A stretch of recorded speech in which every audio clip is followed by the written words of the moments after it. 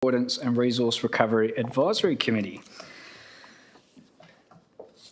So I now declare that the Waste Avoidance and Resource Recovery Advisory Committee opens at 6:01 p.m.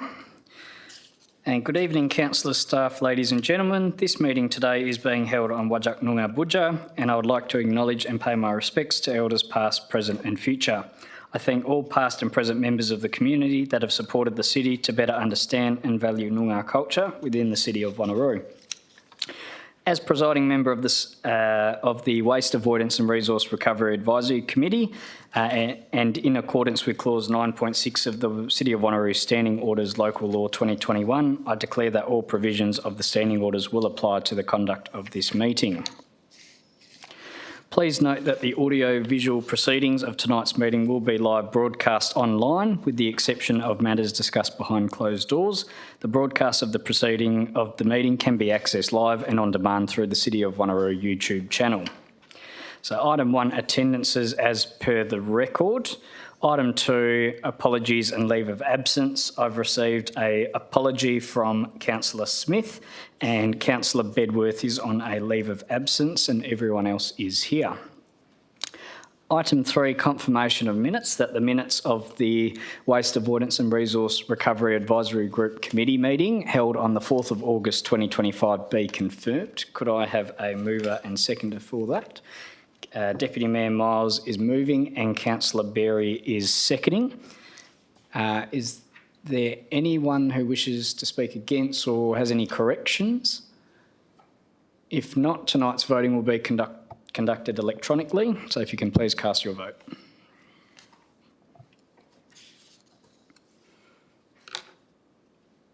Now, I can't see anything on my screen.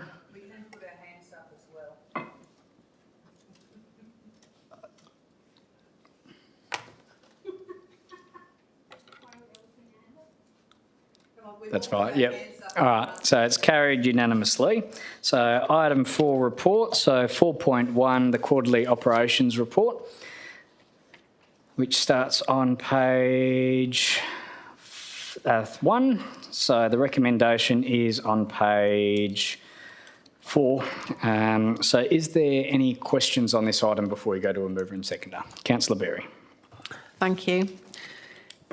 Can I have some answers to things on page 3? And it's the operational programme updates, and the following operational improvement initiatives are being implemented. When is implementation liable to be completed on the 4 things that are listed, please? Thank you. Mr. Gault.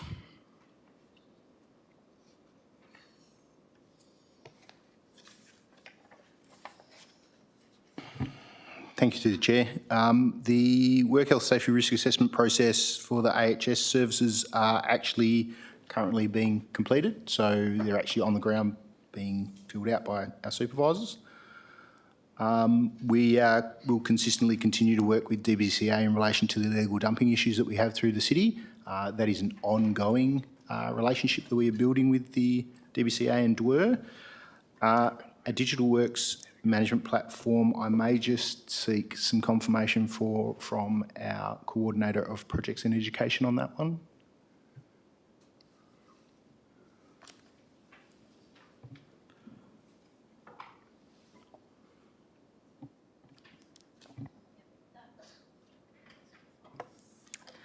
That project does form part of our digitisation program, so that is an ongoing piece of work. That I don't have an implementation date for as yet, but it is ongoing. Any further commentary? Yes, so the Wanneroo recycling facility, the e-waste facility is complete as well, receiving public waste, e-waste as brought to generally on the weekends for us. Councillor Berry, any further questions? Any Deputy Mayor Miles? Yeah, thank you, Chair. My question, I just want to ask a question in regard to the on page in the attachment on page 5, just around the bin not collected tab where it's got 430 for October 25, 381 November, December 488. What is that? I know, and it's got a total, obviously, of nearly 1,300. Is it a real non-collection, or is it somebody putting bin out late? Is there some terminology around how or why we're getting those complaints? Mr. Gould? I'll pass that to my coordinator of waste management. So we have started to do more data collection for this one. At the moment, the process is some of them haven't gone into CRMs in the past. So we are trying to do more data collection before doing some changes to the MISBIN process. Typically over the December period, they do dip regardless, just because of the tradies and things like that not obstructing the bins. So there's multiple different things that obstruct the collections. So we're just starting to collect some data better. So we probably will see a bit of a peak as we start doing that. And then as we start putting in further implementation measures, they should decline. Deputy Mayor, any further questions? No, not on that. It's okay. Councillor Berry. It's not a question, it's more of a request. I mean, I can read, the reasons why it says and on all of the charts that you've given us. Is it possible to give a previous quarter or a previous same time last year so we can see if things are improving or not improving? Thank you. Mr. Gould? Appreciate that through the chair. We do actually collect the yearly data, which is the last attachment on that page as well, which generally gives us a reasonable overview. If that's something that this committee wishes for us to pursue, we can have a look at whether or not we can deliver that into future WARAC agendas. Yep. If we could take that on notice for future reports, just to either compare the same period, maybe last year or something, if that's... And if that can't be done, then just let us know by email. I think that should be appropriate. Any other questions from the committee? No indication. So the recommendation is on page 4, that the Waste Avoidance and Resource Recovery Advisory Committee receives the quarterly operations report for the period ending February 2026. Could I have a mover, Councillor Seif, and a seconder, Councillor Berry? And the electronic voting is now on.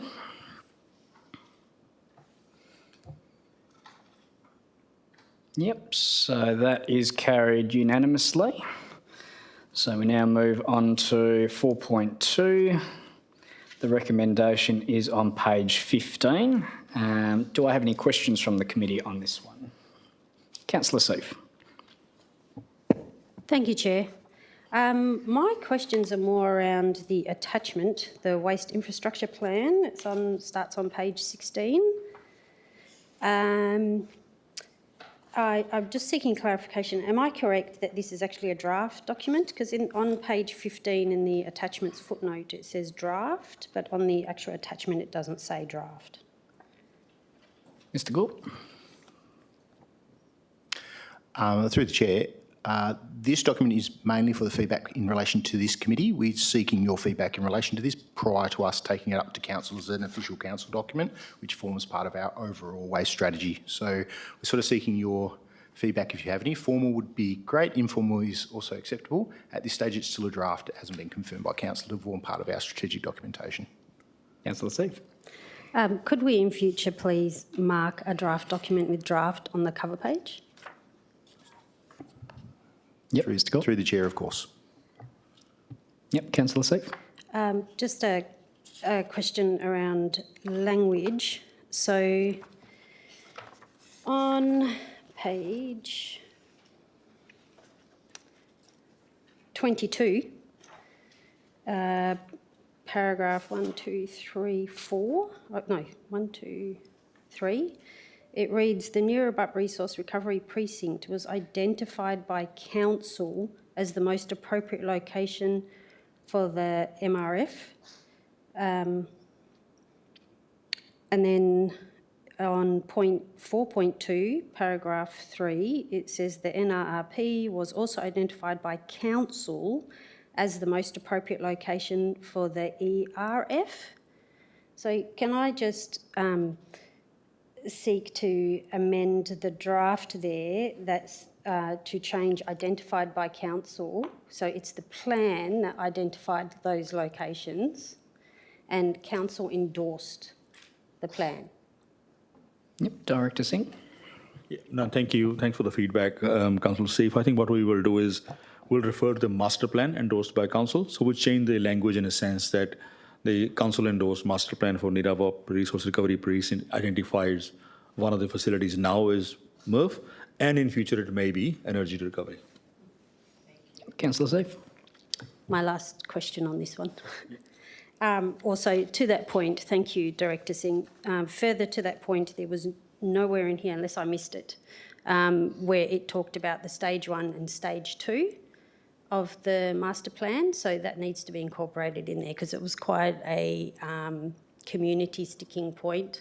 While I'm confident in the plan, it was quite a sticking point for the community. So we need to progress in this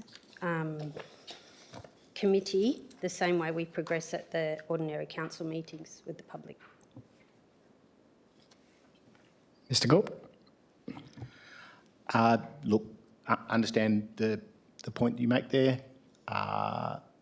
This strategic document sits probably higher than that. It sits sort of almost above that, where we wouldn't go into the necessary detail of that kind of things, but we can take that on.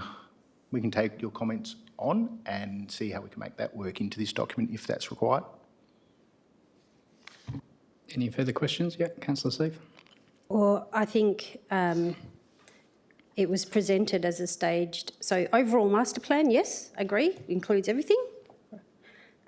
It was also presented as a staged, stage 1 and stage 2, where stage 2 would then still come to council, still have community consultation, still have the opportunity for things to be changed. By then technology may have changed and all sorts of things, unforeseeable things may have come about. So I'm just conscious that I want to, for reputational sake and for the trust that the community has with the City of Wanneroo, that if we're going to go to the community with a staged 1 and stage 2 of an overall master plan, which again I understand, then we need to proceed here on that basis as well. That's my view. Thanks, Councillor Seif. I'll get Director Singh to answer your question. But just to add some context, the NRP project was under our strategic projects team, which was Chris Ford, not John and the waste team. So there may be some confusion that they don't understand that context, but I'll pass on to Director Singh. Thank you, Chair. I think thank you, Councillor C, for the further clarification. I think I can understand the reasoning behind your question, given the debate we had at a council meeting and community trying to understand what's exactly happening. So we'll try to ensure that the language we put in here is aligned with council decision, and there is a council decision on endorsing stage 1. So we'll actually refer to that one and then try to marry that up so that this document picks up from the previous council decision of master plan and last month. Add Councillor Berry and then the Mayor. Thank you, Chair. My question relates to page 26. It's the action plan, it's the table, and it's not in the high priorities, it's the medium one, and it's for a Northern CRC, so Community Recycling Centre for people listening in, to be put in or somewhere near Yanchep. Does the city have land in Yanchep or near Yanchep that would be able to facilitate that? Because I thought we were rather short on land in Yanchep. Thank you. Director Singh. Thank you, Chair. I'll may pass on to Mr. Gord after I make initial comments. There is actually project listed in draft capital works program for 26-27 to start work on this one. So a site hasn't been identified yet, but that's a work in progress. I hope that's correct, Mr. Gord. Yep, Mr. Gott. Yes, that's correct.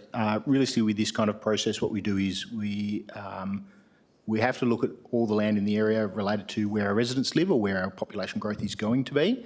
And then we talk about travel distances to and from the serviceability of those things. it generally lands us in a couple of specific areas, and then we have a look at what may be or may not be the most suitable site for that. So, Councillor Berry, any further questions? Mayor? Yeah, it's more of an observation, so I'll end it with a question. I am really quite astounded that for our recycling, I'm going to ask the question, is it 52 kilometres one way or 104 kilometres return? Mr Gould or Miss Howarth? Oh, page 21.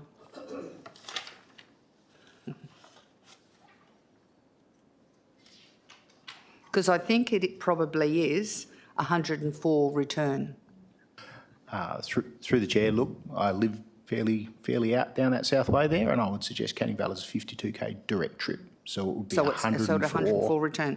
So at the moment, with recycling being down south, it's a 104 kilometre round trip with the price of petrol and energy at the moment for our recycling. For our garden and organics, by looking at that, it's 164.6 kilometres return to take our garden organics to where that's going to. Is that correct?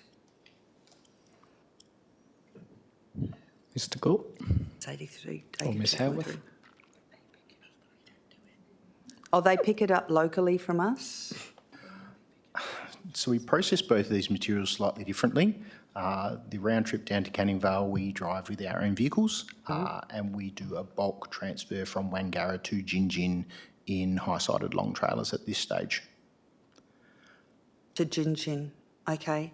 So what I'm saying is, and the reason why I'm pointing this out, because we look at recycling, our public space going to 9.6 into illegal dumping. This cost to the city and to our ratepayers of sending the recycling and garden organics is a terrific expense for our ratepayers and our costs.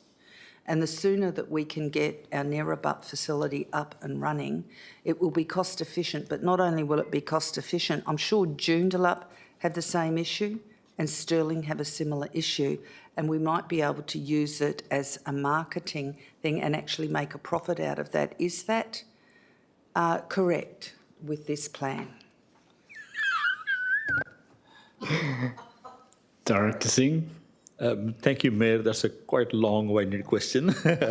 I'll try to summarize the response. Look, at some stage, once we have Neerabup waste transfer station constructed, as we are growing due to growth in our own city, at some stage that facility will cater just for the city. I think there's 90,000 tons capacity there, and we're gonna at some stage hit that mark. We already have, if you combine all our waste, different streams, we are above that mark. But not all of that is going through transfer station at this point in time. We're going to Tamala Park for residue waste, and obviously 2 other streams are going elsewhere. So they will be going through transfer station. There will be some opportunity in short term for other adjoining neighbours to use that facility, and we may have a possibility of revenue. But I think in longer, depending upon what else happens with the red bin waste, there may be, capacity may be limited in long run. Mayor? Through the chair, my comment is I'm astounded at the miles we're doing to transfer our recycling and our organic waste, and I don't think we have an option, and thank you very much for all the effort you're putting in. Thank you. Yep. Thank you, Mayor. I think that's exactly the reason, through you, Chair, is that exactly the reason this precinct has been proposed, so that we can, rather than travelling long distances to facilities which are not in northern suburbs, we're all kind of quite some distance away, we are able to then have some efficiencies in there, bring the waste locally, and then transport in a bulk way to reduce the burden. All right. Any further questions? Yep. Deputy Mayor Miles. Yeah, thank you, Chair. I guess I've got a couple of questions, Chair. First of all, we are referring to FOGO in this document, and I know that's something that it's in the state strategy. So my question is,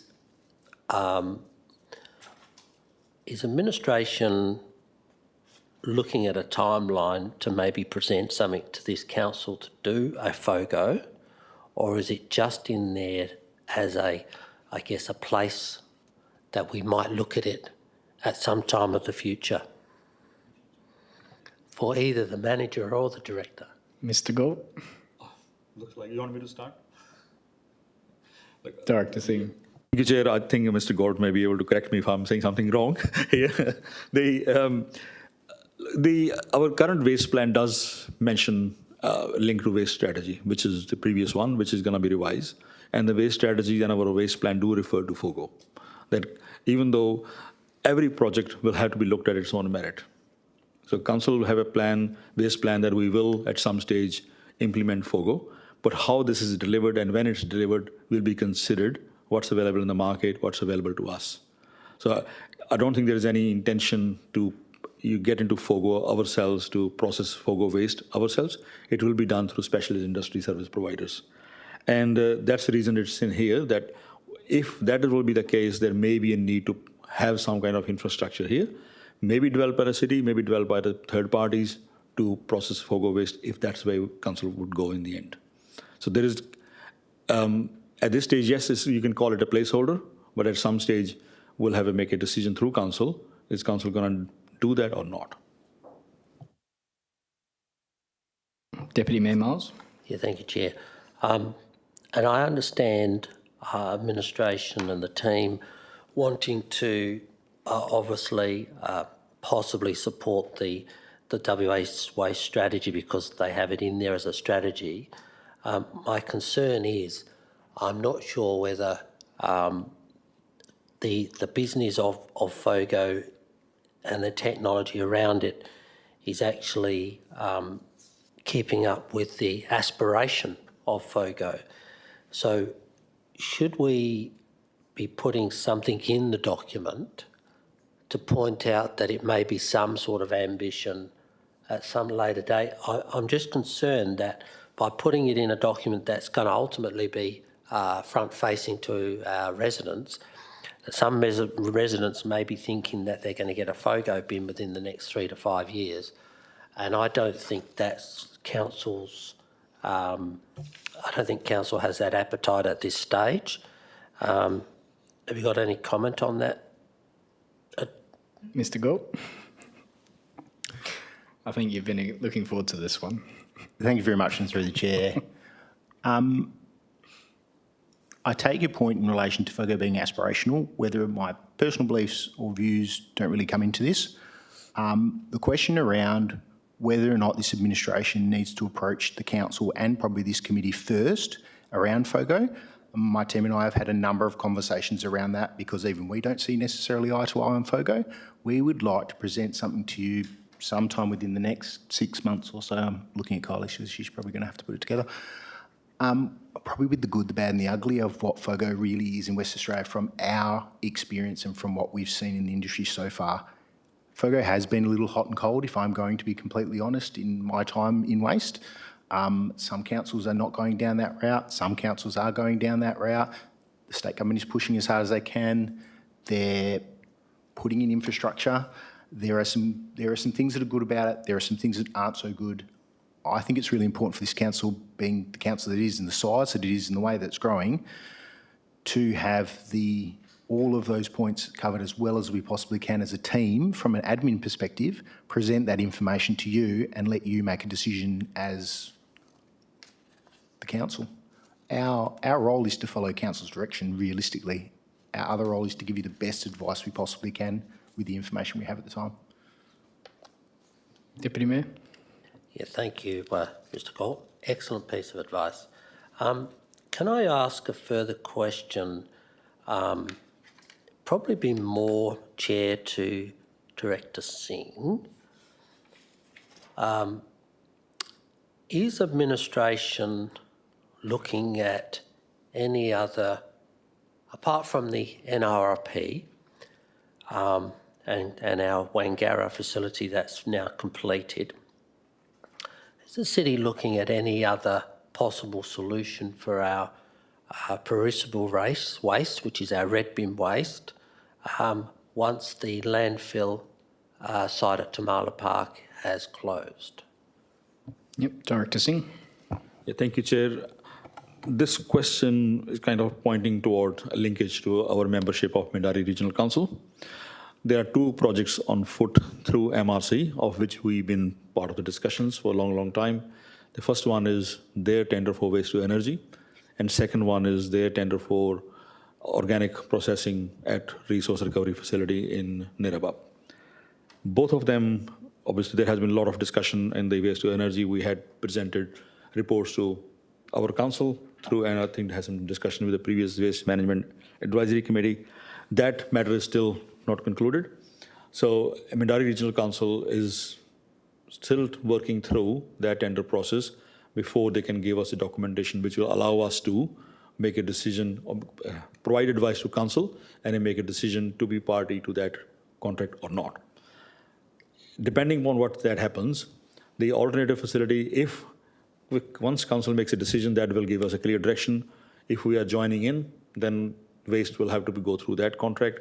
If not, then we'll be approaching the market ourselves to provide service to take our waste.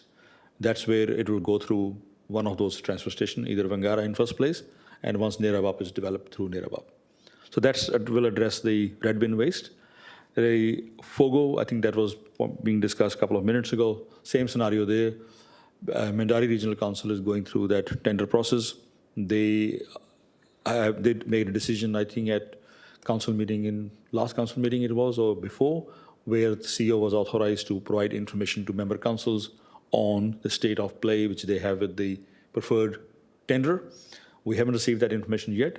Once we receive that information, we analyze it from City of Wanneroo's point of view, if it is beneficial for city to be joining that tender or not, and we'll then bring the report first here at this committee, and then go to council after that with all that information, and council can make a decision on to be party to that or not. Then whatever council decides, we will implement that. Deputy Mayor. Oh, yeah, thank you, Chair. Thank you for the update, Director Singh. I guess my concern is, from my previous understanding of the landfill site at Tamala, there needs to be a piggyback liner installed, which I don't think has been approved from my understanding, public knowledge anyway. So unless there's been an update on that, what is the latest that the MRC is to notify the City of Wanneroo that we have to find some other location for our red bin rubbish? Director Singh. Yeah, thank you, Chair. The MRC Council decision was made a couple of years ago that they will give us 12 months notice. Once they work out a date, then they can't accept member council's waste, they will give us 12 months notice. That means that technically an exemption will be in place from the end date, but the notification period will be 12 months minimum. Deputy Mayor Miles. Yeah, but I understand that motion was for the closure of the site, or for when the landfill is full.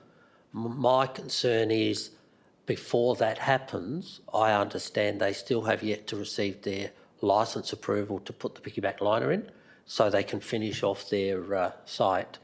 I'm trying to understand, will the MLC administration advise us sooner where we're going to be putting our red bin rubbish? Director Singh. Thank you, Chair. We did ask that question of MRC when this matter came up a few months ago. The advice from them was that we will still have to provide our red bin waste to MRC under the business continuity or contingent planning. They will direct our waste. They will tell us where to take our waste. And without having a confirmed information from them, they could be looking at either sending it to EMRC, their landfill site, whether we go through a transfer station or which route we'll go, that hasn't been disclosed, hasn't been advised yet. So that will be a interruption in the middle, in a sense, while landfill is still have a life left after the piggyback liner goes in. It'll be an interruption, and that period of interruption, they will direct our waste elsewhere, given that under the Constitution, our waste still belongs to them.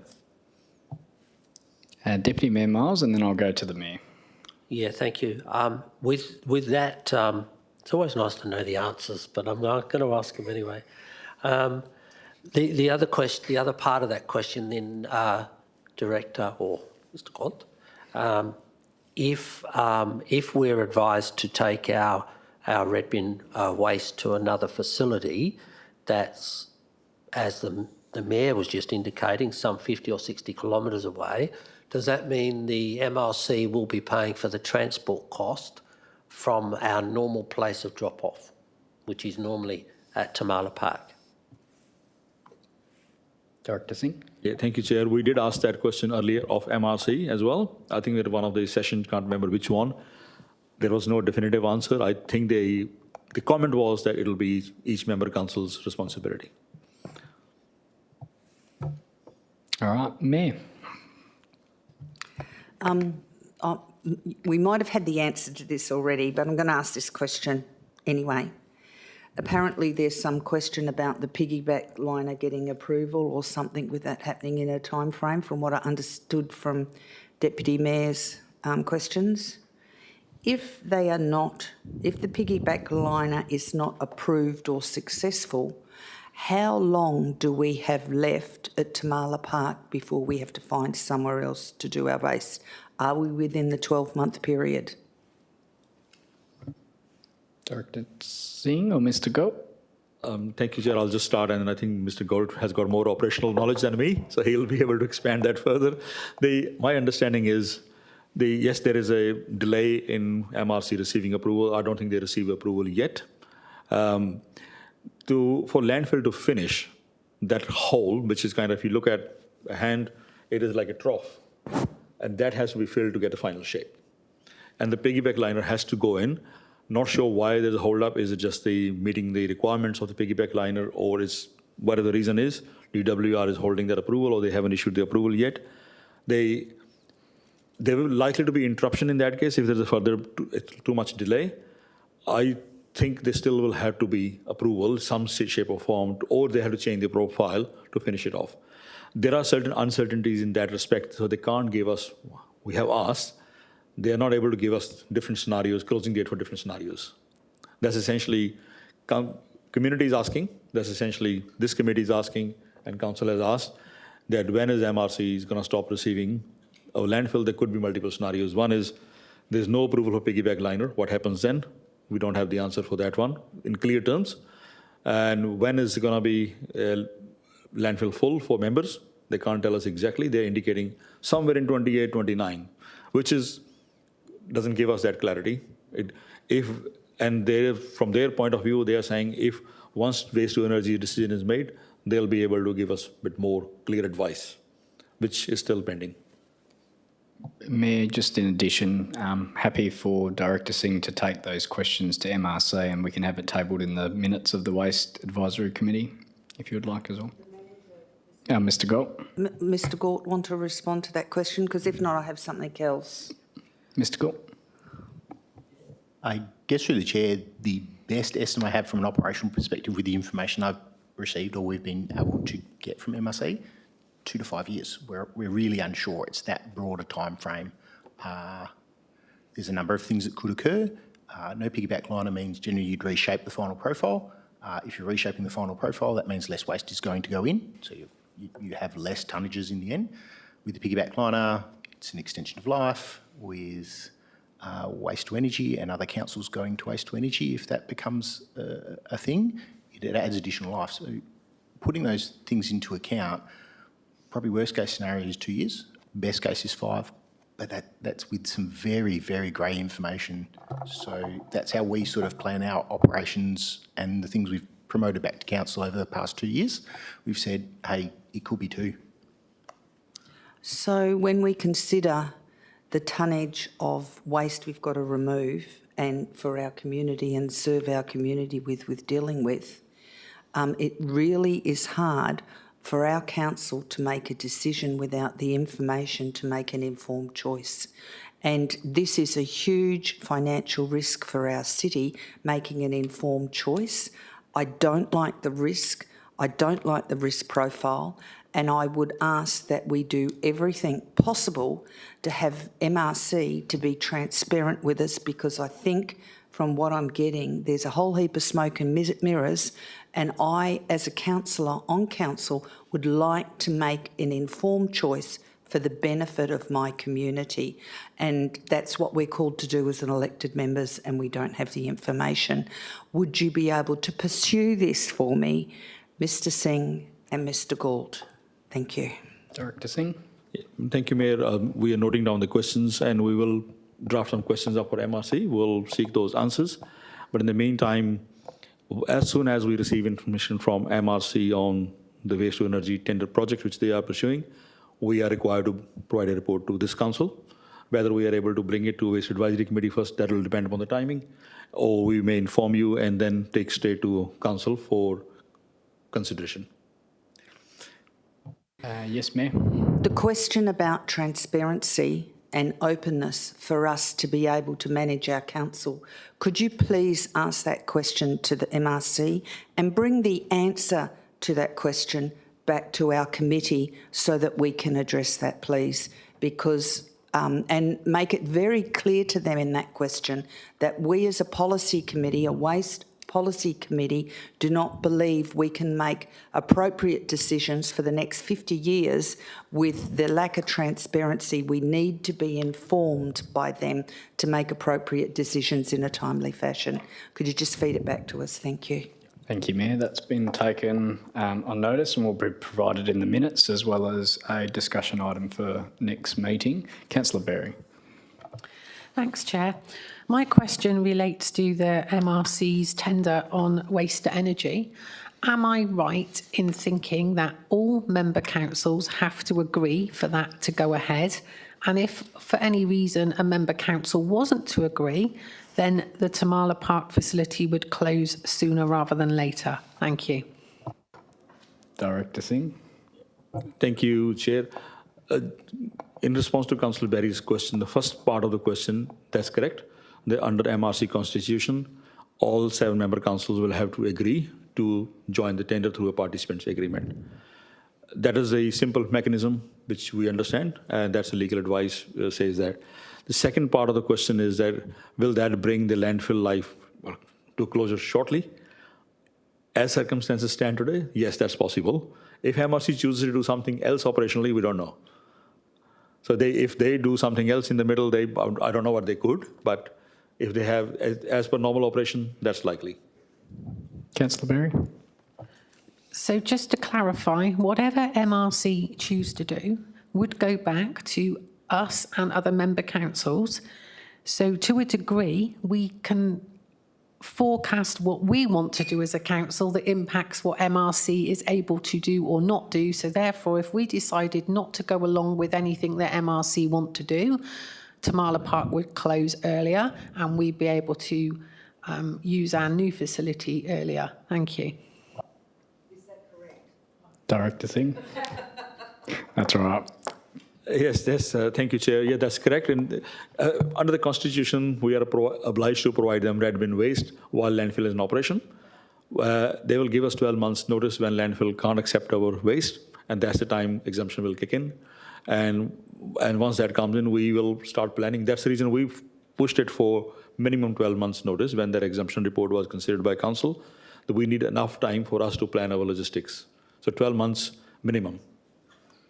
I suppose just before we go to continue questions, I suppose something else that this committee and our council can consider, several MRC members have approached me to see if there's appetite from the city to share its position on whether it wants to stay in MRC or not and can consider going through that process. I know City of Stirling has done that in the past and there has been various other legal issues that have come from that process. But it's something that this council can consider if it wishes to, but particularly with our waste strategy. Councillor Berry, and then I'll go back to the Mayor. Thank you, Chair. I just want to clarify that the contract we have with MRC is for our red bin waste to go into landfill. We don't have a contract with them to do anything else with our red bin waste. Is that correct? Thank you. Director Singh. No, thank you, Chair. No, that's not correct entirely.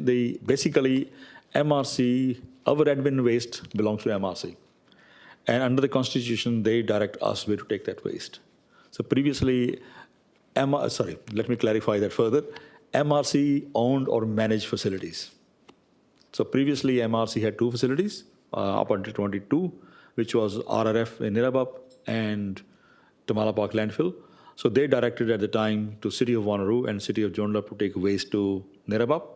And I think one other council was going there, but the tonnages wasn't significant. Everybody else was going to landfill.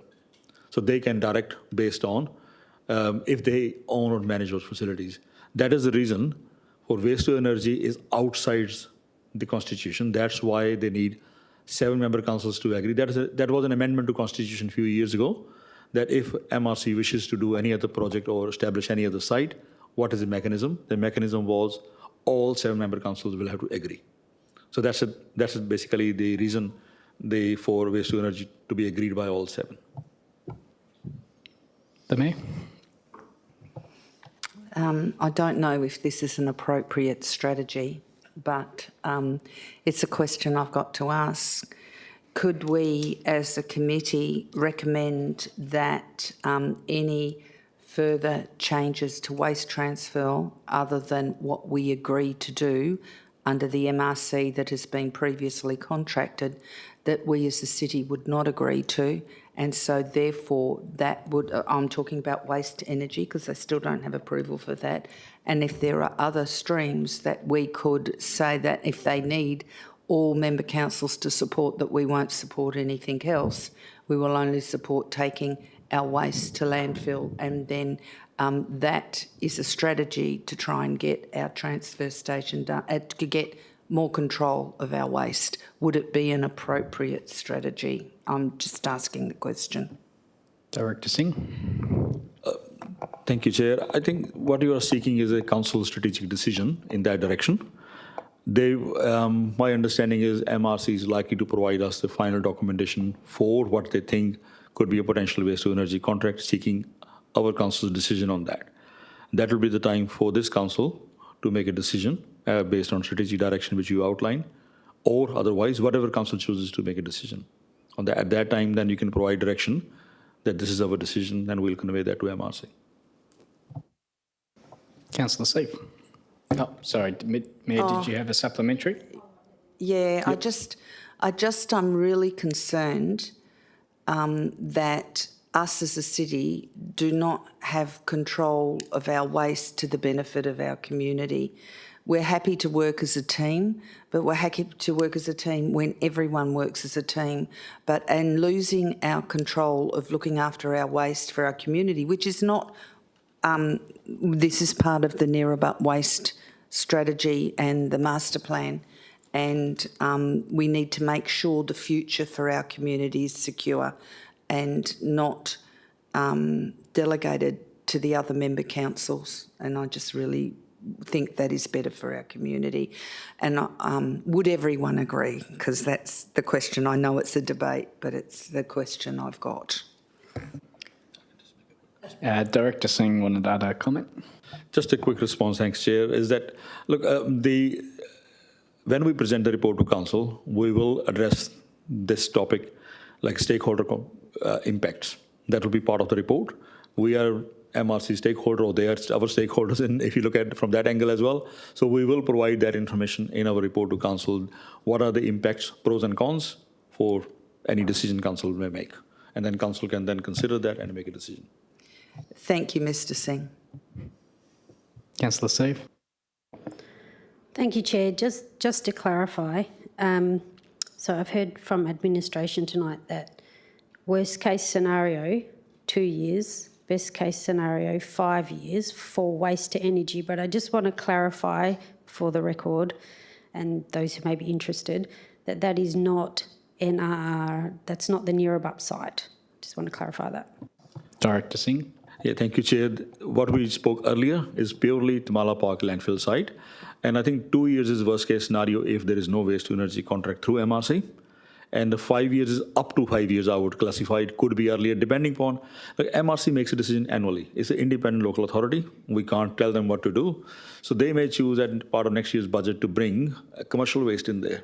They may choose to bring in, make it open to local contractors to drop in the waste cheaply. We don't know yet. So MRC could make a decision of along those lines, which are out of our control. We can't have impact. Yes, City of Wanneroo delegates are there at a MRC, but they're MRC councillors when they're there. So they have to make a decision as MRC councillor in that chamber. Councillor Seif.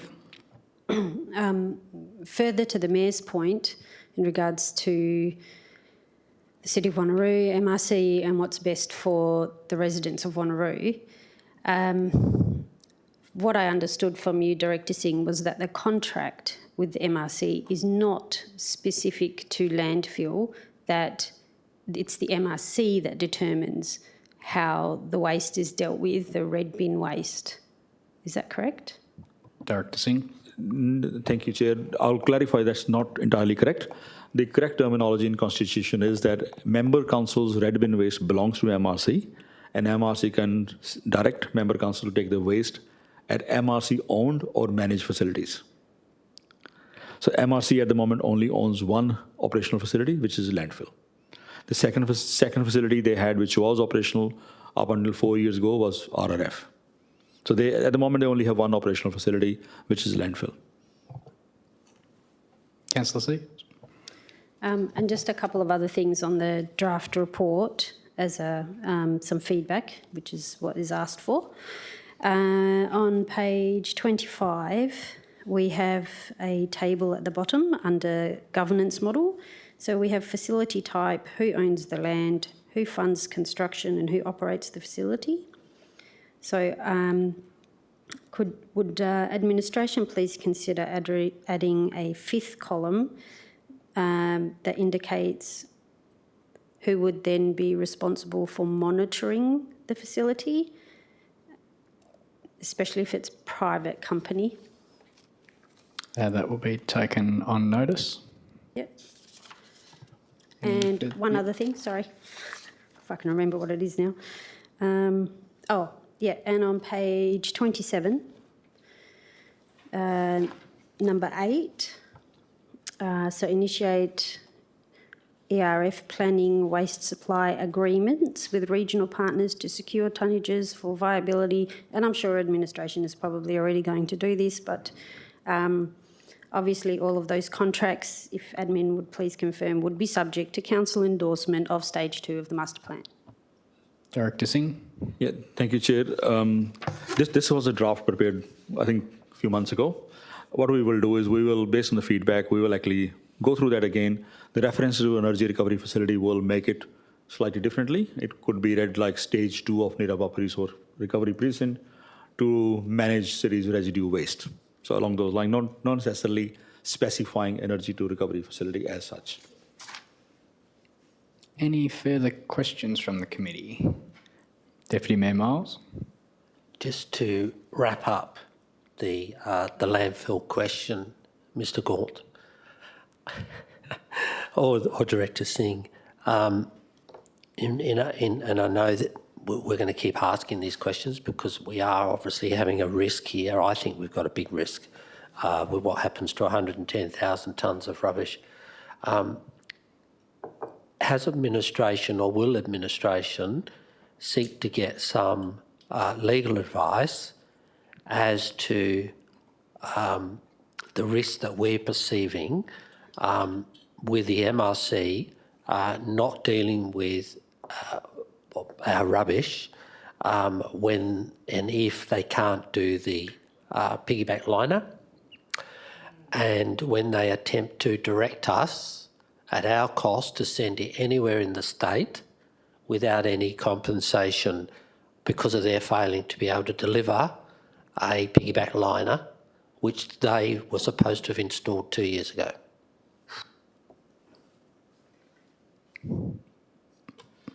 Mr. Gould. Thank you for the question through the chair. We could obtain legal advice in relation to that. Yes, we could do that. I guess from my perspective as managing your operations group for your waste services here, my job is more around how can I protect the city's and the residents' interest in ensuring that we do have continued waste services if things go pear-shaped. I think over the last couple of years, the council and the leadership team here have empowered myself and my team, with projects like Wanneroo Transfer Station. It's very common that when issues arise in waste management, it's more about how you manage that waste going forward. Very fortunate here that you have a landfill site, even though it is getting towards the end of its life, that is quite close to the central part of Wanneroo and continue to take your producible waste. If such time comes that they cannot, we have a plan for what we could do with that waste if so necessary. But I take your question and we can seek legal advice in relation to the questions that you've posed. Any further questions? Councillor Seif. Just one more question. The strategy, the potential strategy of the city disagreeing with what the MRC puts forward, would it be possible for said legal advice to include whether or not we would be in breach of contract with MRC should we decide to defer from their decisions? Director Singh. Yeah, thank you, Chair. As Mr. Gold said, once we take legal advice, the legal advice will be based on, starting point will be the constitution of MRC. So they will consider that what's the obligation and responsibilities are of each party, or 7 parties, members, 8th party being MRC, and what can happen in that scenario, what are their rights and responsibilities. All right. Wrapping up this item, any further last minute questions? No. So the recommendation is on page 15 that the WARAC committee receives this report on quarterly strategic report for the period ending February 2026 and provides feedback on the waste infrastructure plan, the draft waste infrastructure plan 2025 to 2045, attachment 1. I note that administration's received feedback, so thank you, councillors. Could I grab a mover and seconder for that item? Councillor Berry is moving and Deputy Mayor Miles is seconding. Will anybody opposed or wish to speak against? No indication, so we'll cast our vote. That is carried unanimously. So now we move to item 4.3 with the recommendation on page 32.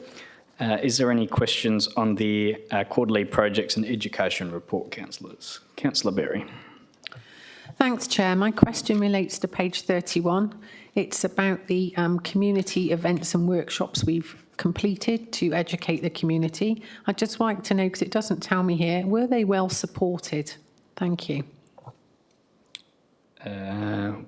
Ms Croker. Thank you. Through the chair, I can provide the attendance numbers if you wish. I don't have them to hand. Thank you. Any further questions, Councillor Berry? No, I only wanted to know because obviously there's a cost to us to doing this, and if only 1 or 2 people are attending them, then we might want to rethink our strategy on educating the community. Thank you. All right, that's been taken on notice. Any further questions, councillors? No indication. So could I grab a mover and seconder for this report? Mayor is moving and Councillor Berry is seconding. And anybody opposed? None indicated. We'll go to the vote.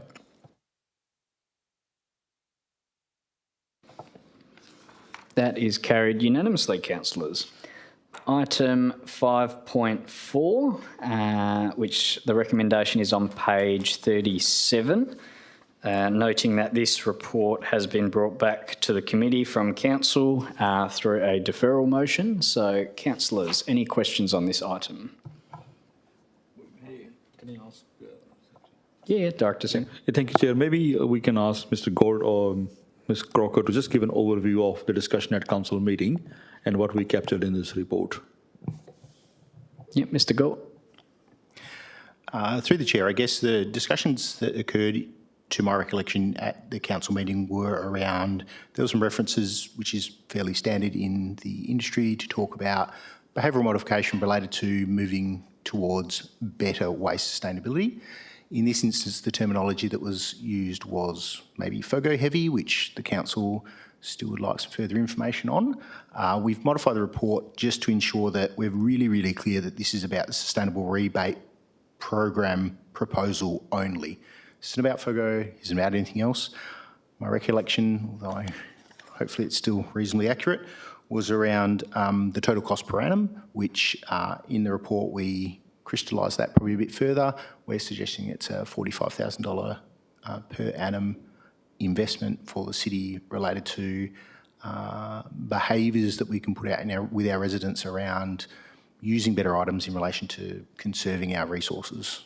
So that's why it's back here at the council. That's my recollection of the council meeting. Thank you, Mr. Gould. Councillors, committee members, any questions? Deputy Mayor Miles. Yeah, I do remember this coming to council and being referred back to, I think, part of the, and thank you, Mr. Galt, for your updated information. I think it was more about, I guess how it was all going to be managed in a way, because it was talking about cloth nappies and other sanitary items that might be used by a section of the community, and whether or not or how that was going to be managed, rather than just put something up on the Facebook page or the website to say that we're going to provide, I'm assuming, free nappies or a nappy service. That's how I was looking at it. I know there are nappy services that come out to some parents and pick up and take away the nappies for cleaners. It was a bit lacking in that information when it came up to council. So is there anything else with regard to that? Thank you. I think it may help, Deputy Mayor Miles, that it's similar to our CCTV rebate, but I'll pass on to Mr. Gould. Thank you, through the Chair. Look, I'll give you my brief rundown, and Ms. Kroger may want to step in at some point and just ensure that we're on the right track. Really, these rebate programs generally work through some sort of, we're promoting an electronic method, which is fairly simple, fairly straightforward for most people to utilise. Through some of these, you have to attend a workshop in relation to making sure we educate the people correctly in how you reuse these items appropriately. They have to do some proof of purchase, fill in an application form generally, show that they're a Wanneroo resident, and then a percentage of what they've expended comes back to them. Not only disposable items like nappies and sanitary items, also we did include compost bins, because some of the feedback we got from other local governments were those are actually quite popular items, particularly in Canning. This is probably just a methodology for a city of this size to try and ensure that the opportunity to aim towards reuse is there and available for almost everybody. Happy for Ms. Kroger to add to that if she wishes. Ms. Croker? No? Any further questions, Deputy Mayor? If not, I'll go to... No further comment, Deputy Mayor. And then I'll go to Councillor Smith after. Oh, thank you.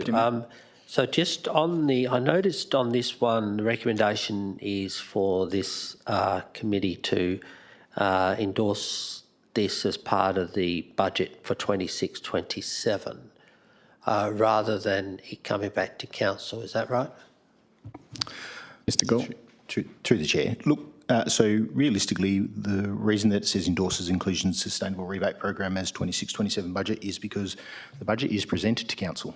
Every budget is presented to council. This would be just another line item. I guess we want to make sure that the War Act Committee, whose purpose is really about that circular economy for us, is supportive of it first, because if this committee came back and said, look, we just don't think that that's the way to be going, my administration team would probably drop this and move on to something else. I'll pass on to the Director Singh, but we may need some further clarification, because I know this report did come back to council, and whether this committee would like it to go back to council or whether a budget workshop would be appropriate due to timing of the budget. So, Director Singh. If I could just clarify, Chair, I think the appropriate place is the budget workshop, just as we just did recently with another item. These are budget related, so they should be always put into the budget workshops. Yep. All right, I've got some consensus. I think, thank you, Chair. I was going to ask the same thing. Like, if this committee wishes a report to go to council, we can take it to council. Otherwise, we are in the budget process right now. We can take straight to budget. So, judging from those members, Councillor Seif, did you want to add anything on this point? No? So, judging from that, it will go to budget workshop. Councillor Seif. Yeah, thank you, Chair. No, I'm in support of it going to budget workshop. Thank you. My question is around the repairs. So, of the comparable cities, so town of Vincent, Vic Park, Stirling, Melville, all have everything except for the repairs. It's only the city of Canning that has the repairs. Not that that would be what we base our decision on. It's just that the repairs is what stood out to me. I'm not sure how we would, we've got repairs of cars, watches. What would be the mechanism? How would we administer that? Mr. Gould. Through the Chair, generally most repair workshops are generally, in my experience, done through men's sheds, where you have some gentlemen who are quite handy with their hands in rebuilding furniture, maybe even some of the new younger men's shed members that may know a little bit about IT and may be able to refurbish a computer. Generally, I've seen it done through those methods. I don't know if we fully crystallised that because we don't also know that we have the money to look at expenditure just yet. But it'd be something normally supported through a men's shed or something similar. Councillor Seif. Okay, so just to clarify, it's workshops so that people can repair their own items, not that the city will repair it for them. Ms. Croker. Thank you, through the chair. So it would also include repair of items. We would have exclusions such as, we have it listed in the attachment, so exclusions would include car repairs, watch repairs, household fixtures and jewellery repairs. So we would have terms and conditions which would specify the inclusions and exclusions for repair services. So we're talking more commonly like clothing repairs, things that are easily disposed of, but we would encourage people to repair instead.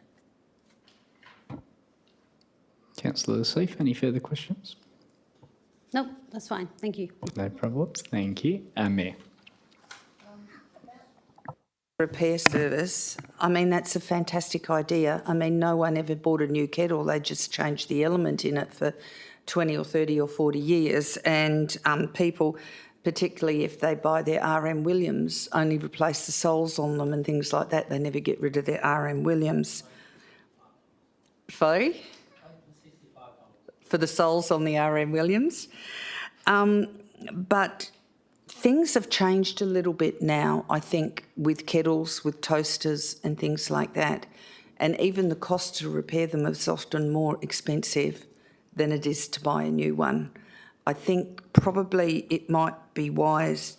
I'm agreeing with it in principle, but looking at repair service, and it's only $5,000, it might be valuable to remove that, because modern cloth nappies, reusable sanitary products, incontinence underwear, home composting and worm farming are really about changing how we do stuff and encouraging people to change how we do stuff.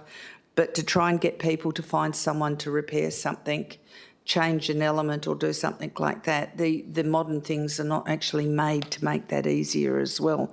I don't know what other councillors feel about that. I agree with all the other ones, and I'm not going to let this fall over just for the repair, but I'm just wondering about the value in that compared with the others, that's all. I don't know if any other councillors or Mr Singh would like to make a comment, that's all. Councillors, any views on the repair service? Councillor Seif? Well, yes, I agree. That's why I pointed it out, just to highlight the repairs. Look, I just think it's possibly going to be a little bit problematic, but, you know, it's after the fact, so the resident would make the repair and then bring in the receipt. I just think it's going to be tricky to work out what's eligible and what isn't eligible, to be honest. Yeah. And I think that we have a more disposable, like kettles and microwaves and all the white goods and kitchen appliances and all of those things are more disposable these days. So I mean, that's the whole point of it, is to reduce that, isn't it? So, yeah. But, yeah. Thanks, Councillor Seif. If it's not means tested, that's where it becomes problematic for me. Thank you. And I saw Councillor Berry had your hand up as well. Yeah, thank you. I agree on that one for sure. I think it'd be admin top heavy to try and manage it. To the point that was made earlier, CCTV, it was compared to that. CCTV can benefit everybody. Even if people don't have CCTV themselves, they can access or request to access other people's CCTV. I do not agree with doing the cloth nappies, sanitary items, etc. And I'd love to know how admin have got their statistic on page 34 that says that they've done audits on the red bin waste, and 5.6 of the total weight of the city's curbside general waste was nappies and things. What do? Rip open the bags to check that? I was just wondering, how on earth do you possibly get that statistic, and how do you go about getting it, basically? Mr. Gold or Ms. Croker? Thank you for the question through the chair. Yes, we audit our waste, twice a year. I think it's twice a year still. Yep. We do go through all of our waste and figure out what's actually in it and where we can make the biggest difference. Out of those audits, we look at these statistics and say, where can we make the biggest difference? In this instance, the staff have simply grabbed our general statistics that we get and gone, this is the information that the committee needs to know about. Unfortunately, yes, someone actually does do exactly what you said, and they poke a hole in the bag and they pull it apart and they count the number of nappies that are in there or sanitary items or whatever, and they give that information back to us. Being mindful that's a very, generally do a certain suburb or different suburbs every 6 months. And yeah, I mean, that waste is all about our statistical data. The better we get with that, the more better decisions we can make with it.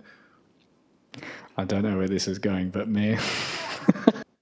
I just want to make sure for our work health and safety that the person doing this is actually wearing a respirator while they're doing it and fully covered to protect themselves from any potential hazards. Thank you. Do they wear a respirator and full bodysuit? Director Singh. Yeah, thank you, Mayor. I think our procurement process makes sure safety is complied by the contractor we engaged. Just based on the discussion which we had, is it committee members' intention to modify attachment 1 to remove the repair service, or you want to keep it and leave it for manager waste services discretion to commence a service like that one, review it in 12 months' time and make adjustments? I'll go to Deputy Mayor, then I'll go to Councillor Berry and then Councillor Seif.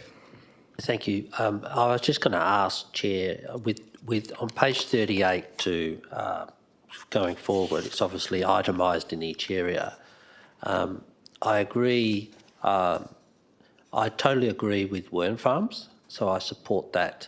Although there's no annual budget in the annual budget, so I'm assuming it's got the bulk of it. In fact, the City of Wanneroo used to do worm farms back in 2008. The cloth nappies, not so supportive of sanitary products either, and also the repair. So the composting worm farms are definitely my take on it. Do you want us to maybe vote on each of those items, but bearing in mind that the policy has yet to be sent to council for ratification? Director Chair, Singh. based on discussion we had, the idea was not to take it to council. So if you're going to take it to council, then No, I think it should, the money component goes to the budget. But we're talking about which part that we're interested in as a waste group. I'm just saying that I'm supportive of the composting. Some of the other items I think are more everyday items, and I know some people get those items, especially the incontinence stuff, I believe sometimes is paid for out of the NDIS or my aged care and stuff like that. So there is some maybe crossover there. Modern cloth nappies, I'm happy for workshops to go in, but yeah, happy to hear what the other councillors think. Thank you, Deputy Mayor Miles. So what I'll do is I'll hear from the rest of the councillors on what the views are, and then if there's a consensus from the group, we can go from there. Councillor Berry, and then Councillor Seif, and then the Mayor. Thank you, Chair. I just want to go back to the 5.6%. I'm not going to, dispute how you get there at all. I would say that that is very subjective. If you went and did a young suburb, you're probably going to get more nappies, and if you went and did an older suburb, you might get more incontinence. So it is definitely that statistic could probably change depending on what suburbs you're actually looking at what time. In terms of what I would agree with. I would agree with Deputy Mayor Miles. Sorry, Councillor Berry. Director Singh was just going to answer to your first point before you. All right. Thank you, Chair. I may not be able to explain myself, but I'm going to ask either Mr. Gold or Ms. Crocker to explain how the waste audit is done when we do those audits. And that probably will help with the percentage of, I think my understanding is we select different areas, trucks from those areas go and put the waste on one floor, then they take a big sample out of that one. So it's kind of mixed waste. It's not from one area at any given time. So dynamics, like the way you explained, that's possible, that where young community lives, you're going to have more nappies, and older community lives, they're going to have other items. But I think when the waste is collected from different areas, put it together, and then they take sample. Am I correct, Mr. Gold?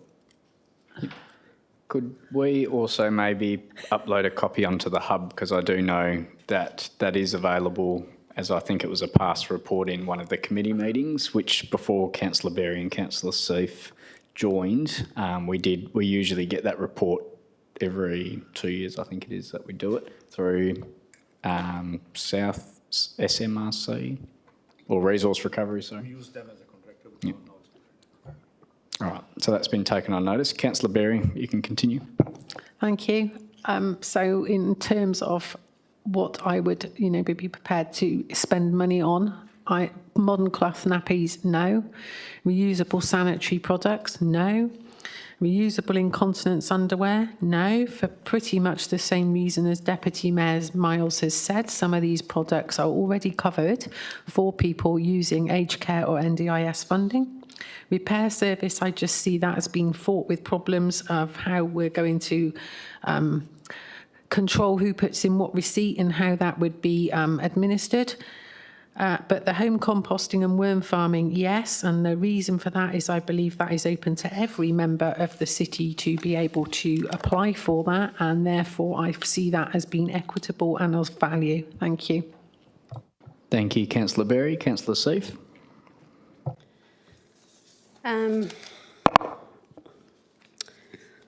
Yeah, I do also acknowledge that some items are provided by NDIS and My Aged Care. However, there would be young families and other people who wouldn't. So I'm still in support of the reusable nappies.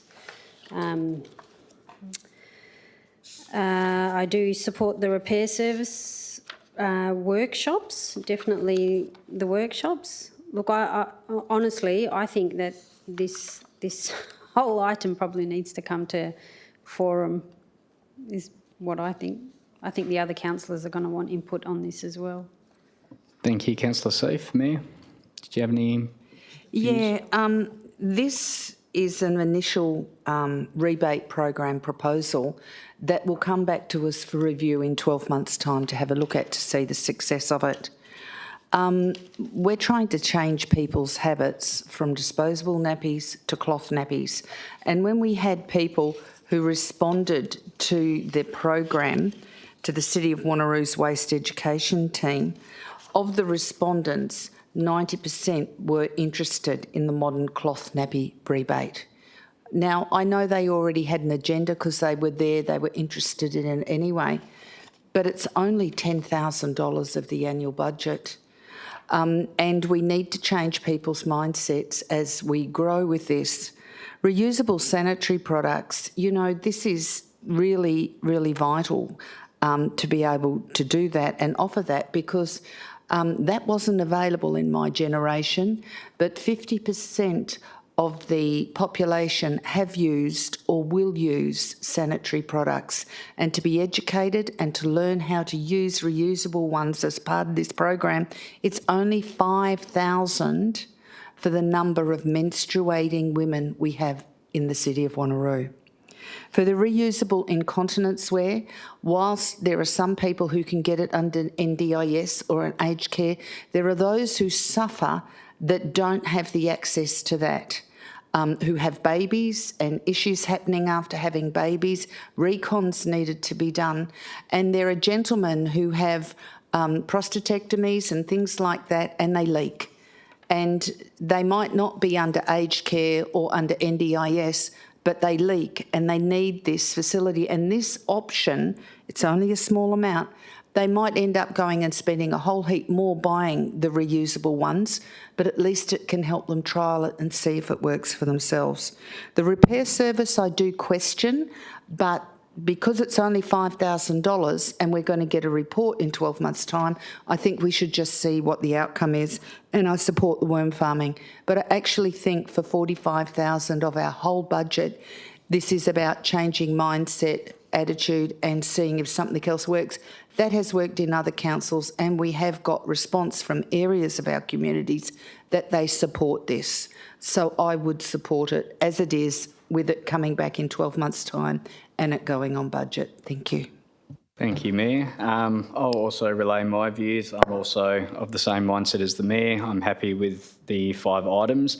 I certainly think the repair service might be something to workshop a bit more, and whether we maybe partner up with some of our local men's sheds and maybe actually, don't want to say the word outsource, but outsource it to them, which provides them a regular income that they can manage that service, because I think they do struggle with revenue streams, a lot of the men's sheds. So I think that might be an opportunity to provide a bit more of a stable source of income. So I actually see it as an opportunity to actually work closer with our men's sheds, and at the end of the day, they know what's going to be easy and harder to repair. So I think definitely from an admin level to be able to workshop and see if there is actually any appetite from the men's sheds to actually maybe, I wouldn't say take on the service, but to work with the city more closely on it. I think there's an opportunity, and obviously if that's unachievable, then that can be taken through that 12-month process as the Mayor outlined, and it can come back to this group to see the success or unsuccess of that particular program. But at the moment, I'm quite comfortable,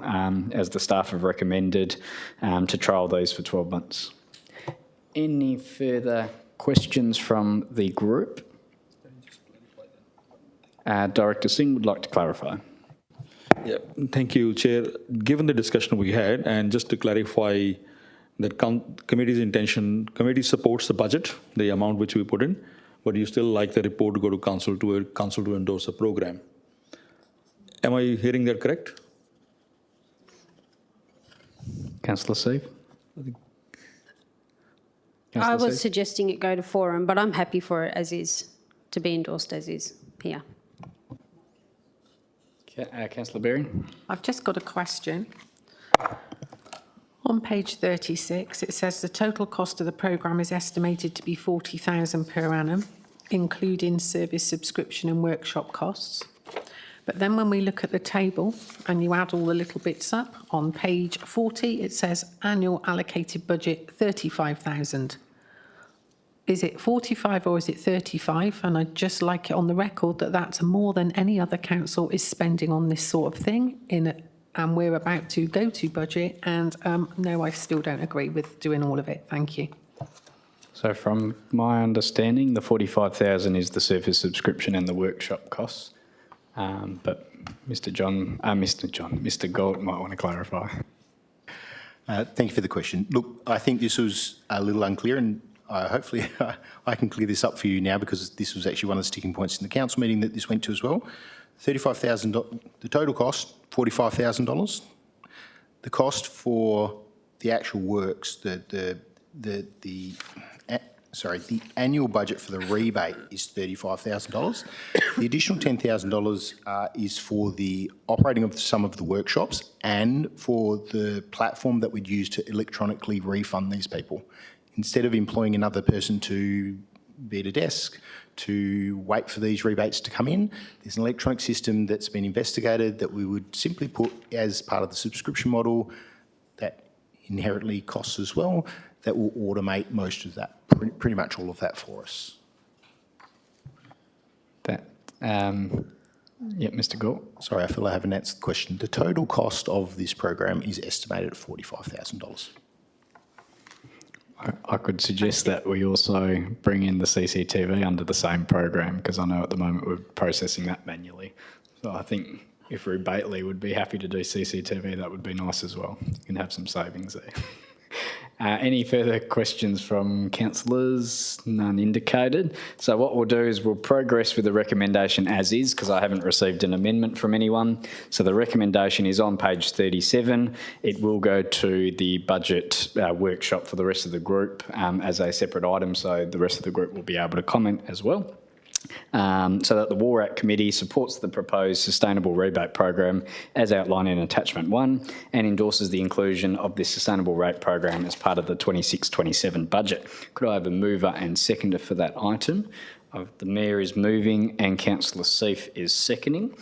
And if there's nobody opposed, we will go to the vote.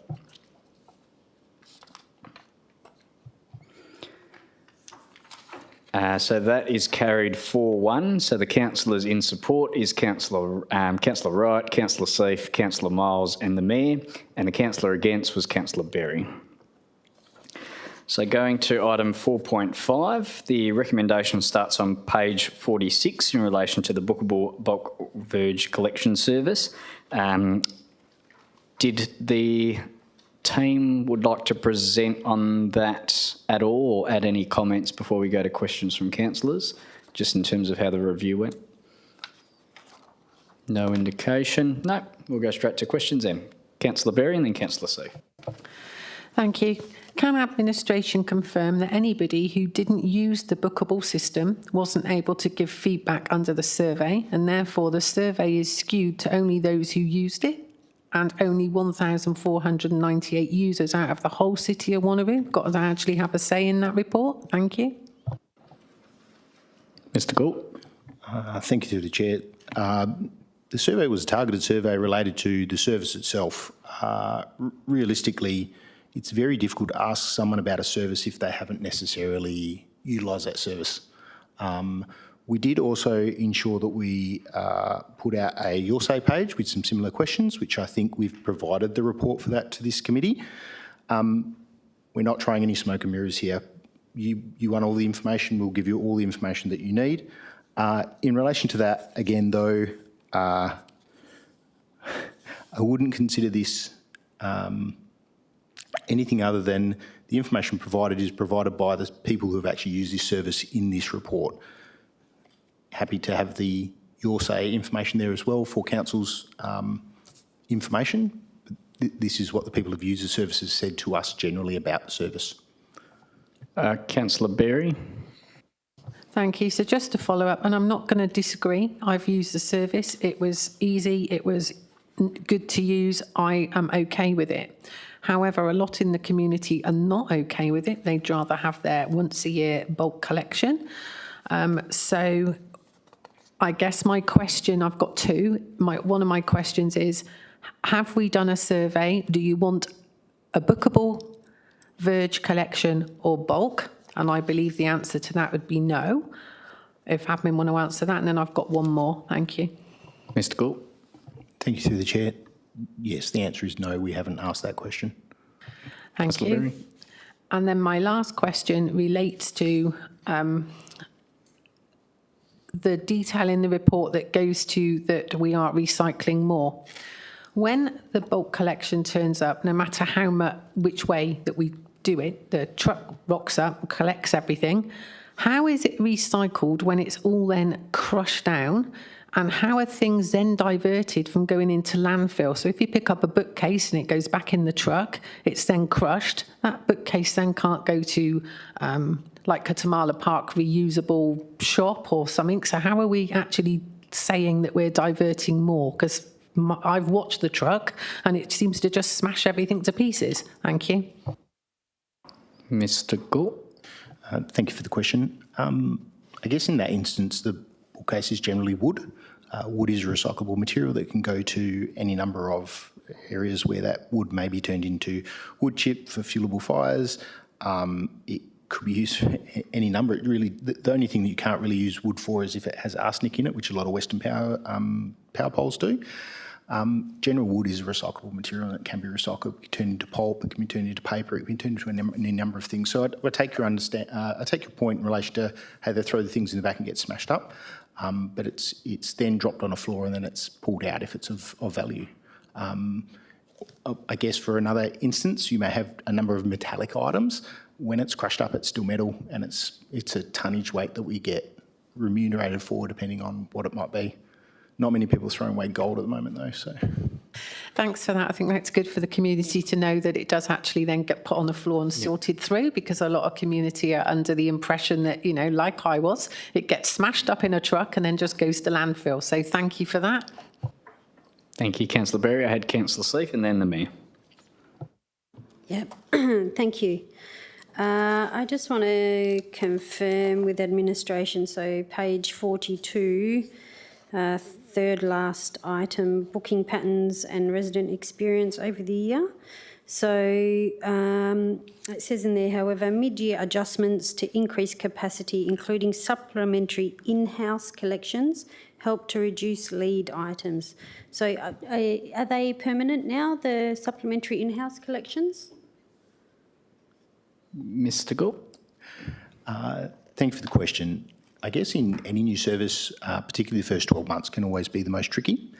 I think what we experienced as an administration group was what we felt maybe a little underprepared for. We definitely got a much higher uptake of the service than we understood. We were necessarily quite prepared for. The supplementary resources that were in place came back down to also ensuring that our route optimisation was right, that we were sending the right crews to the right places. Booking patterns during the year, that first 6 months was very, very difficult. We'll admit that. The whole team would probably say, yes, that was quite difficult just because the demand was much higher than we expected. Mm-hmm. We adjusted our operations, I believe, in a reasonable time frame to try and ensure that we could make the success of the service. As time goes by, these services do dwindle off a little bit, particularly, again, this first 6 months is everyone wants to do all the things. We haven't seen a particularly high diminishing rate just yet, which is why a lot of those resources are still in place, but we may see a minor diminishing in relation to that. I don't think I'm expecting too much from where it is currently at this over 12-month mark now. So, yeah, it's become a bit more stable than what it was initially. Councillor Sleeth.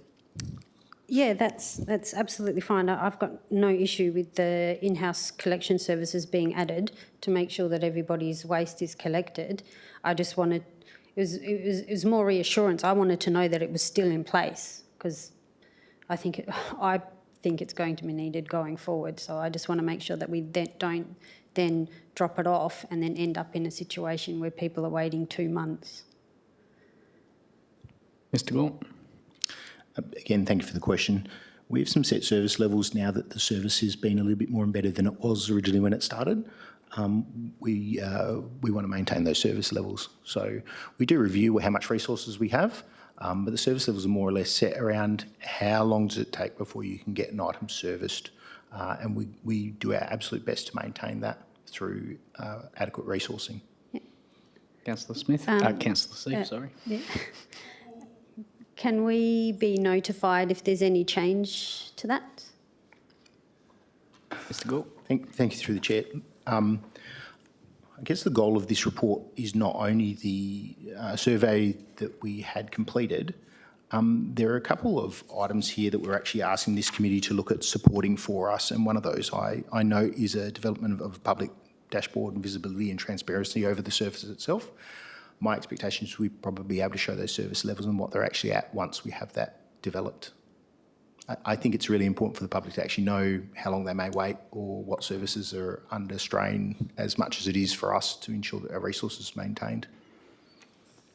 Councillor Seif, and then I'll go to the Mayor. Yeah, and that was related to my next question. So I wanted to know how it is that we were going to, I know you're asking for our feedback, but, you know, I view this to be an operational sort of solution. How is administration going to make sure that we have that transparency around the bookable system? On page 43, we have a table that said lead time is now typically 1 to 3 weeks, well, that's the desired outcome, that it's 1 to 3 weeks. I hear what you're saying in the beginning, the demand was much higher than expected, and that admin are going to increase transparency for booking availability.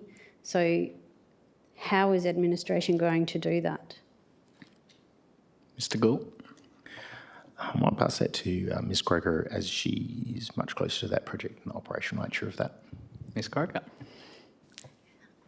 Thank you. So we will be working closely with our booking service provider to be able to give us the information we need to be able to display the availability for the public. Councillor Seif? Yeah, well, last one. Okay. I also just had one other question. I note that Councillor Berry already pointed out that we didn't ask whether the residents would prefer the old booking system or this system. And I understand that change is difficult and can be uncomfortable because it's unfamiliar to start with. However, I will point out that anyone who cancelled their booking, the survey says if you cancelled or did not put items out for collection, go to question 9. Question 9 then says, how likely are you to use the city's bulk verge collection services in the future? So A, that needed to read bookable verge collection, not bulks, but okay, a typo. But then I mean, other than paying for it privately, they don't really have an alternative. So I just find it a little bit interesting that that question was asked, but not the which system do you prefer question.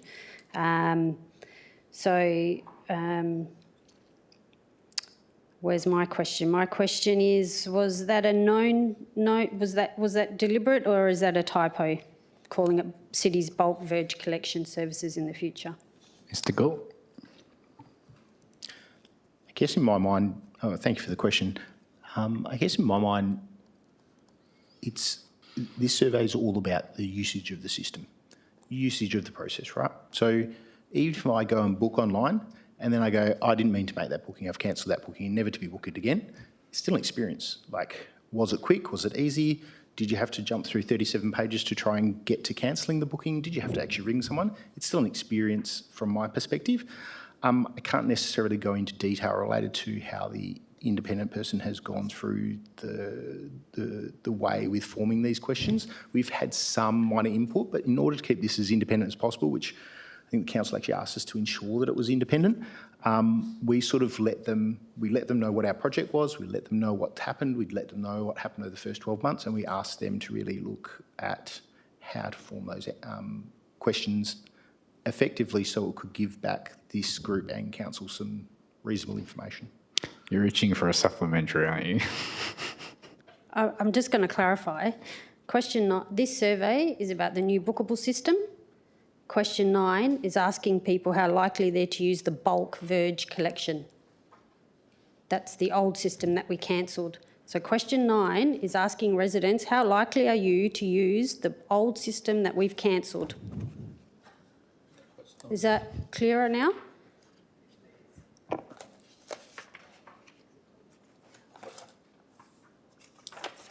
Mr. Gulp. Thank you through the chair. I'd probably have to ask Ms Kroger to comment on that. Ms. Kroger? So in this case, I would suggest that that is a typo. That wasn't the intention of the question. Director Singh would like to add a comment as well. Thank you, Chair. For the committee members, you're right in picking up that particular point, but if you look at the title of the whole survey is about bookable bulk verge, so the questions were meant to be looked at in that context about that service. And the intention of the survey was to understand from the users, how was their experience in using the bookable service? Are there any modifications? We need to understand, were there any improvements needed, any changes needed to make it better for our community? It was not about the service, whether you like the previous service or this service, it was about this service and how you used it. Are there any improvements we can make? I had the Mayor who's been waiting patiently, and then I'll go to you, Councillor Berry. I just want to get lost in the data. Thank you. On page 53, you said 26,000 residents used the bookable bulk verge collection service during its first year of operation. Was that 26,000 households or 26,000, like one household has done 3 bookings or anything like that? I'm just getting down to the data, because I've just worked out if it's 26,000 residents and we've got 240-odd thousand residents in the city, you divide that by 3 average people in each resident, gives us 83,000 residences. And if it's 26,000 residences, we've had 31% of the households in the city of Wanneroo have used the bookable bulk verge collection service.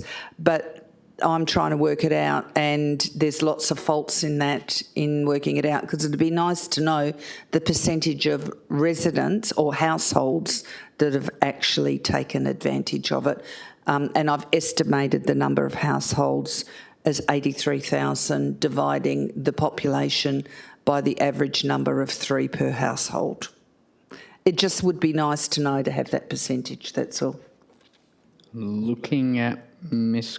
Croker. Thank you. Through the chair, so that 26,000 odd is number of properties who've used the service. So there were Okay, so it wasn't individual residents, it was properties. properties, yes. Okay, so maybe that needs to be changed to 26,000 properties. Mayor, any further questions? Oh yeah, can we just work out 26,000 properties to the number of properties to work out the percentage of our community that's taken advantage of it? It'd just be nice to have it, that's all. I see Mr. Galt's on the calculator, so. While the admin team are figuring that out, I'll go to Councillor Berry and then I'll come back to you. Councillor Berry. Thank you. I want to go to page 69. It follows on from what Councillor Seif was saying. The question definitely, I would have said, was misleading, because it definitely says, how likely are you to use the city's bulk verge collection? It doesn't say the bookable bulk verge collection. So when you look at page 69, how likely are you to use the service again? 56.5% said yes. Would administration agree that 56.5% could be referring to the old city's bulk verge collection? As that question I find misleading, let alone the people filling in the survey. Thank you. Director Singh wants to answer. And just I was looking at Mr. Courts, I think what he was nodding his head as well. I think the whole intention, it only went to those people who use bookable service. So the questions can't point to the previous service. So the context of the whole survey was only those properties who have used bookable service. So that's where I think, yes, you're looking at the question wording, but the survey is about the bookable service. Councillor Berry. I 100% understand that it's about the service that they've used, but when they got to that question, would administration agree that some of those people could have thought it was referring to the system they previously had that many people in this city would still prefer to have? Thank you. Mr Galt. Thank you through the chair. I wouldn't think so. Director Singh, yes. Through the chair, maybe it may be, Mr. Gold, do you have any information from the tech officer who works with the community as when the survey was being conducted, whether she received any feedback from anyone about the survey? Ms Croker. Thank you, through the chair. Not that I'm aware of, but we can take that on notice. Yep, that's been taken on notice, Councillor Berry. We'll head back to the Mayor. Do we have a response, Mr Galt? Thank you through the chair. The first 12 months of the survey looks like 32% of the residents did. That's use the service. 1% better than my figures, so that's excellent. Year to date in 25-26 is currently 24.5% and on track to 36.5, I think, at the moment. These are some of the things, I guess, when we get into the data, when we get excited by data in waste, we do have a lot of this information. We actually, as part of this report, want to make that particularly valuable to this committee and to the council to go, hey, we implement this service, we invest in this service. Your questions are, is it working? And we see that it's working. We just want to make this a palatable information because we're sure you guys get a lot of information all the time. We're looking at trying to set this up in a dashboard format where you can just go, oh, yep, I see how that's actually tracking, or you can ask us questions generally. It's not a right now thing, though, unfortunately, while we're continuing with the service. Mayor.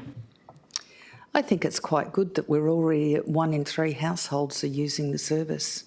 I think it's excellent that they've come on board. Thank you. Would you agree? That's all right, Mayor. It might be worth noting maybe in future reports on this topic that maybe it be compared to the case study proposal that was brought to council. So we obviously had projections in there around target levels, financial data before it changes the intent. Maybe that might be worth for the committee to note how we're tracking against the proposal of why we supported the idea in the first place. Might be worth comparing and contrasting between the two. Councillor Berry. Thank you. Now I've got a question about costs. Given that the take-up was more than expected, is this service still providing cost savings for the city and value for the residents? Thank you. You had that on my list, Councillor Berry. Mr Galt or Ms Croker? Mr Galt? Sorry, Ms Howarth. Sorry, I'm going to go just because I was the project manager that did it at the time. Thank you. So the reason it wasn't more than expected, it was different than expected. I know that sounds a bit specific, but because they'd only collected it in a relief vehicle, we obviously had those in-house vehicles and they were able to be more easily deployed for greens and bulk waste. The unfortunate part is the infrastructure that we didn't have, which was for mattresses and white goods particularly, those are the resources that we struggled getting on top of the demand because we didn't have that staff and those machines. We contracted that out and then we had to try and convince them and they had to gear up to then increase what they could collect because we were going on data from just having a look at the piles from the 12 and 24 months previous. We made an estimation upon what the white goods and e-waste would be presented. So that was the unexpected part for us. Whereas the bulk and the greens was hardly ever a very long wait.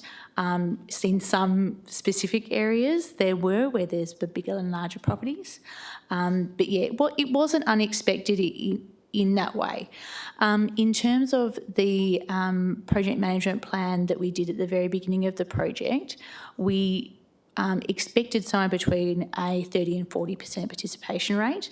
So when it went above 40%, that's when you saw the basically the cost efficiencies drop off.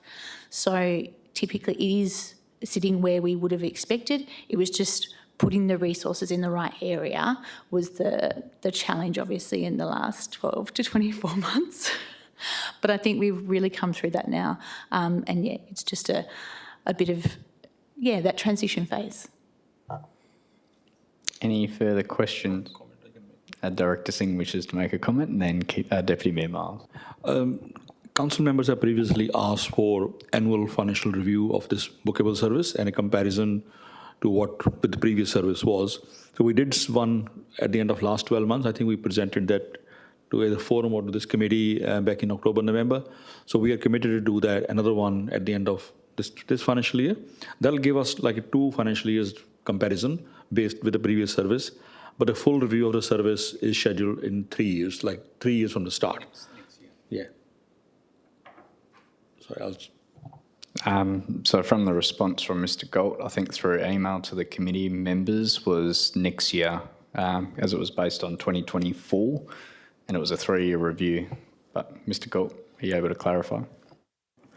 I think the review is due middle of financial year 2027 will be the end of the 3 years.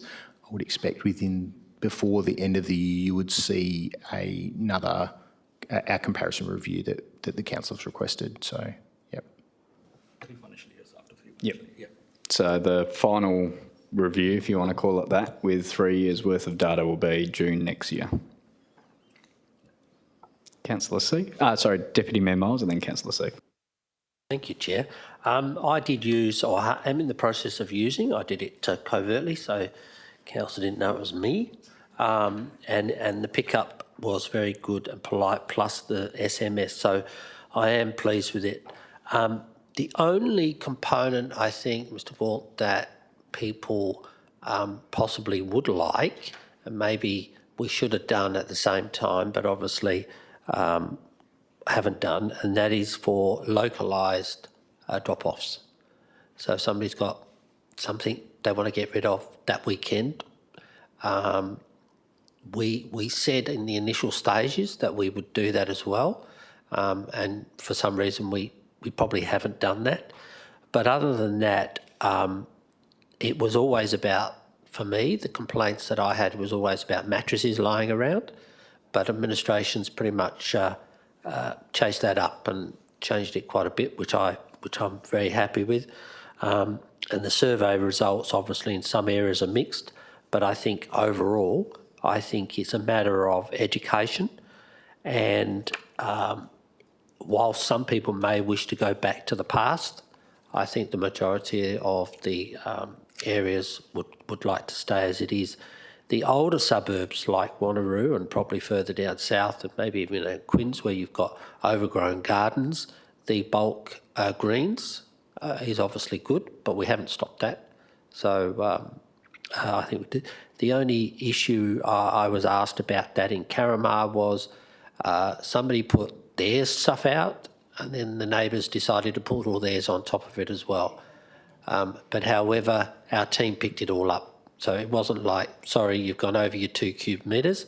The team still picked it all up. So, and I think as long as we carry on in that way and be generous in that way, I think the community will like it overall. Thank you. Mr. Galt, any comments from the administration, or I'll go to Councillor Safe? Any? Thank you through the Chair. I appreciate Councillor Miles' comments there.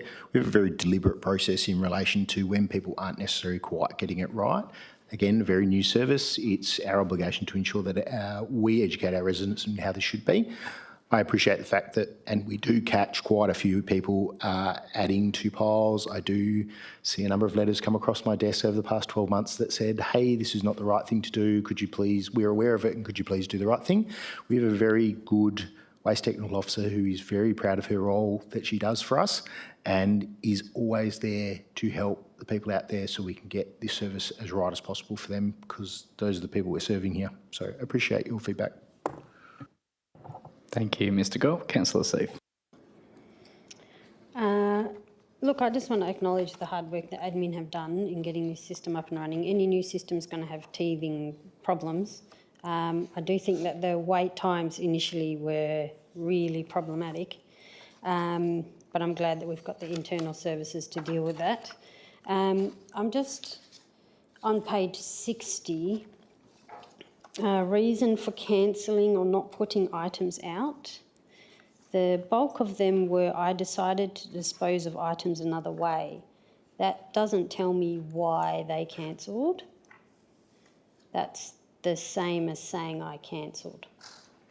So I would just note, can administration note that for any future surveys, that first one, I decided to dispose of items another way, doesn't give the reason why they decided that. Yep, that's been noted by the administration. Yep. Councillor C? Yep. Yeah, and the final bullet point on that page, the overall satisfaction, so almost half were very dissatisfied, and I'm just clarifying, we're only talking about the people who cancelled, not the bulk of everyone who used the system. So what is administration doing about that? Like, was it language barriers? Was it what are we doing to address this number? Mr. Gould? Thank you through the chair. Look, I guess we'll continue with the education process in relation to this and in relation to the people, you know, if we can find better outcomes in relation to why people cancelled and how we can improve that service and how we can, you know, make sure that they're on board and enjoying it. I guess also being mindful that 48% in this, particularly for cancelling items, is actually only 13 respondents out of the 1,400 or so, almost 1,500 people.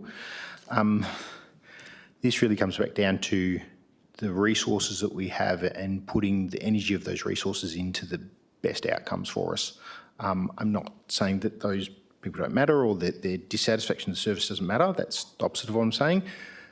As we improve the services, as it continues to get better, our aim is to ensure that everybody is as satisfied with the services as we possibly can, recognising that we're not going to be able to satisfy everyone all the time. Councillor Seif, and then I'll go to Councillor Berry. I guess what I'm trying to say is the reasons for cancelling are not actually telling me what the reasons for cancelling was. Was it I don't know how to book it online, I don't know how to use a computer, English is my second language, I don't understand what you're saying to me. It's not actually telling me why, that's all. And I'm just asking out of the interest of continuous improvement. There's always going to be room for improvement, doesn't matter what it is, anywhere, and that's where the question's coming from. So I'm just seeking I just want to know the administration are getting to the guts of why people are cancelling, not just I changed my mind. Well, why did you change your mind? I prefer not to say. Well, that definitely doesn't tell you. The collection date or timing didn't suit me. That's clear. That one I understand. I decided to dispose of items another way. That doesn't tell me why they decided that. Oh, I can just smash it up and put it in my red bin and I'd get it faster. Do you know? That's all I'm saying. That's been noted by the administration. Councillor Seif. Councillor Berry. Thanks, Chair. To Councillor Seif's point, I had someone cancel, and I know why they cancelled. It was one of my neighbours. They fell ill. They couldn't put their stuff out. They were actually taken to hospital, and then they added it to other people in the street when they had bulk collection. So, I mean, that would be a logical reason, I guess. People book it and then think they're going to put it out, and then for whatever reason they can't. But I don't know if that person did the survey or not and is one of the 13, but that was certainly a reason I'm aware of. My question is, for the illegal dumping, because there is a big perception, as the report says, that illegal dumping has increased as a result of this. Can administration confirm if this is true or false for those that are listening that really want to know? Thank you. Mr. Gould. Thank you very much for the question. We haven't seen a remarkable increase in illegal dumping tonnages. Last year we received approximately 220 tonne the year before, sorry, and after the last 12 months is 223. Realistically, over a 12-month period, 3 tonnes of illegal dumping is, with our population growth, probably wouldn't be considered remarkable. A lot of that sometimes just comes back down to perception of, oh, what is that on that verge over there? That seems like there's rubbish everywhere all the time. Our illegal dumping has not increased. Thank you. Any further questions from the committee? None indicated. So the recommendation is on page 46 that the Warat Committee 1 receives the bookable bulk verge collection service customer experience survey report in attachment 1. 2, provides feedback on the recommended improvements for the bookable bulk verge collection service. And 3, supports the recommended improvements for the bookable bulk verge collection service. Could I have a mover for this item? Deputy Mayor Miles, and a seconder, Mayor Aitken. And if nobody's opposed, we'll go to the vote. That is carried unanimously. Right, so item 5, confidential, we have none. Item 6, late reports, we have none. Item 7, that the next Warat committee meeting has been scheduled for 6 p.m. on Monday, the 11th of May, 2026. I will be on a leave of absence for that month, so Councillor Smith will be chairing that meeting. And item 8, closure. I declare that the meeting is closed at 7:56 p.m, councillors. Thank you, council support and staff.